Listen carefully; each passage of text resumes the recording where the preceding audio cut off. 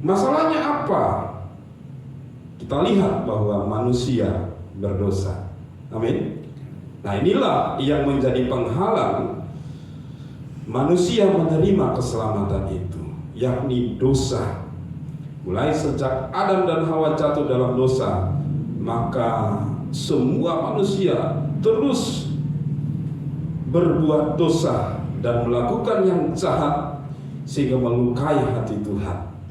Nah, kalau kita membaca di dalam Roma pasal yang ketiga ayat yang ke-23 dikatakan bahwa di sana dengan jelas Paulus menegaskan, Roma 3 ayat 23 dikatakan begini, karena semua orang telah berbuat dosa.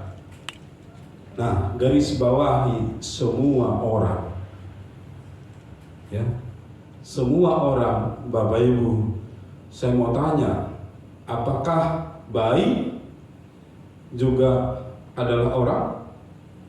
Tentu ya, bayi, anak kecil, ya, yang walaupun dia belum melakukan tindakan dosa itu, tapi seorang yang baru lahir saja dia sudah berdosa.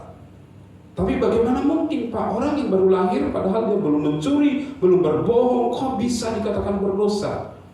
Dia kena dengan dosa keturunan, dosa waris Bapak Ibu. Saya kasih ilustrasinya begini, ya. Harimau. Kalau ada anak harimau baru lahir, pertanyaannya, walaupun anak harimau ini masih kecil, belum menerkam, ya, kambing, domba, peliharaan kita, saya mau tanya, apakah anak harimau tergolong harimau buas? Ya, buas. Kenapa dikatakan walaupun dia belum menerkam tapi disebut dia buas? Karena sesungguhnya sifat daripada kebuasan itu sudah ada di dalam diri daripada anak harimau itu. Begitu juga di dalam kehidupan kita. Coba, ada nggak anak kita diajar untuk berbohong, tapi dia bisa berbohong? Ada nggak anak kita ada anak kita yang kita ajar untuk melakukan yang jahat? Enggak. Tapi kenapa bisa? Karena sifat itu tadi yang disebut dengan dosa waris itu, itulah yang mendorong dia kemudian untuk melakukan hal-hal yang jahat di mata Tuhan. Jadi Paulus dalam hal ini kemudian menegaskan bahwa semua orang, ya, Nabi berdosa. Nabi termasuk orang enggak, Bapak Ibu? Nabi ya. Berarti Nabi juga berdosa. Ya, Nabi juga berdosa karena dia orang. Nah, karena kalimat ini menunjuk kepada manusia. Nah, saudara, mari kita lihat di sini bahwa semuanya berarti tidak ada yang tidak berdosa. Dan kalau kita kemudian melihat di dalam Roma 6 ayat 23, maka kita melihat upah daripada dosa itu sendiri disebut maut atau kematian kekal di neraka, Bapak Ibu. Roma 6 ayat yang ke-23, sebab upah dosa ialah maut. Upah dosa adalah maut. Konsekuensi daripada dosa itu adalah kematian yang kekal di neraka, Bapak Ibu. Nah, artinya kebinasaan akan ada pada manusia yang tetap tinggal di dalam dosa. Nah, kita lihat standar Tuhan. Tuhan itu Dia adalah Allah yang kudus. Dia Allah yang suci, sempurna. Tidak mungkin seseorang yang berdosa bisa masuk ke dalam surganya Tuhan. Ya, saudara harus melihat bahwa Allah itu sempurna, Allah itu kudus, Allah itu suci. Jadi saudara, manusia berdosa tidak akan mungkin bisa masuk di tempat kudusnya, di surganya yang kudus. Kalau kita belajar definisi daripada dosa itu adalah salah satu kata yang dipakai itu hamartia, saudara. Artinya tidak mengenai sasaran, meleset dari target atau sasaran yang Tuhan tetapkan. Walaupun mungkin begini, sedikit saja meleset, tapi kalau tidak pas pada sasaran itu, maka itu tetap dosa. Maka dalam kekristenan tidak ada istilah dosa besar dan dosa kecil. Mungkin ada paham yang kita dengar, dosa putih sama dosa yang hitam, begitu ya. Dosa yang besar, dosa yang kecil. Nah, kalau saudara mungkin mencuri jarum, mungkin jarum tidak begitu mahal, ya. Tapi itu tetap berdosa, ya, karena mengambil, mencuri yang tidak kita miliki, mencuri kepunyaan orang, dikatakan. Nah, jadi di dalam kekristenan tidak ada pembedaan, ya, dosa besar, dosa kecil. Mungkin, ya, konsekuensinya yang beda. Kalau secara hukum, ya, tentu mencuri kerbau dengan mencuri jarum, konsekuensi hukumnya itu beda. Tetapi di hadapan Tuhan, tindakan itu disebut dosa, Bapak Ibu. Nah, dosa juga bisa disebut kejahatan dan berontakan terhadap Allah. Kita melihat, ya, di dunia ini, maka kejahatan begitu banyak. Kejahatan itu menunjukkan bahwa itu adalah tindakan-tindakan yang melawan hukum Allah, yang memberontak terhadap Tuhan, ya. Nah, itu adalah akibat dosa yang terus-menerus ada di tengah dunia ini. Nah, saya ingin beri ilustrasi begini, Bapak Ibu. Kalau standar Allah itu 100, ya, sempurna, maka kita seharusnya mencapai di standar Allah itu.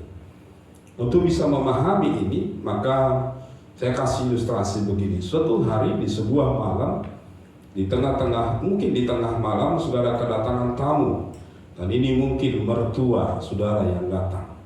Di tengah dia lapar karena perjalanan dari pulau, diterpa badai lagi. Nah, saudara ingin menyajikan makanan untuk tamu saudara, ya. Nah, saudara lihat rice cooker, masih ada nasi di sana, ya. Lalu saudara lihat kulkas, ada telur 10. Nah, yang datang ini lumayan banyak. Nah, saudara kemudian inisiatif, ini bisa dibuat nasi goreng. Paling mudah, paling gampang, nasi goreng. Nah, waktu pecahkan telur pertama, telurnya bagus. Pecahkan lagi, yang kedua masih bagus, yang ketiga bagus, keempat bagus. Saudara yakin bahwa semua akan bagus. Lalu tiba-tiba, karena saudara pede bahwa itu, yakin bahwa itu semua bagus, sampai yang ke-10 ternyata busuk, Bapak Ibu. Terlanjur sudah bercampur dengan yang bagus tadi. 9 yang bagus, 1 yang busuk. Dan saya percaya saudara bisa bayangkan aroma yang busuk. Dan saudara terlanjur. Kira-kira nih, sebagai menantu yang baik, layakkah kita menyajikan nasi goreng dengan telur yang bercampur busuk kepada, ya, tamu kita, apalagi itu mertua kita? Ada yang mau? Saudara, ada istilah di sekitar kita, karena nilai setitik bisa rusak susu sebelanga, ya. Nah, ini karena apa? Saudara, sedikit saja mungkin, tapi itu menghamiri daripada yang 9 itu. Nah, itulah usaha manusia. kemampuan kita. Nah, kalau hitung-hitunganlah, kita barangkali semua pintar ini berhitung. Oke, anggaplah satu hari kita ini betul-betul bisa menjaga diri kita dan berusaha untuk benar. Dan paling saudara bisa melakukan dosa dalam satu hari 3 kali. Ya kan? Berapa Bapak Ibu?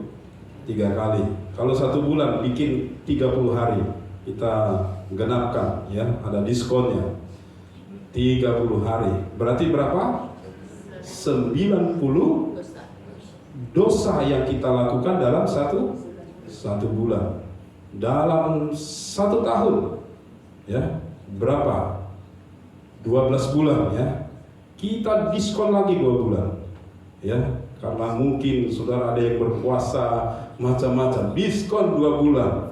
10 bulan kali 9 kali 10 900 dosa dalam 1 tahun. Siapa di sini mau hidup ya 70 tahun? Halo? Kita genapkanlah 70, ya.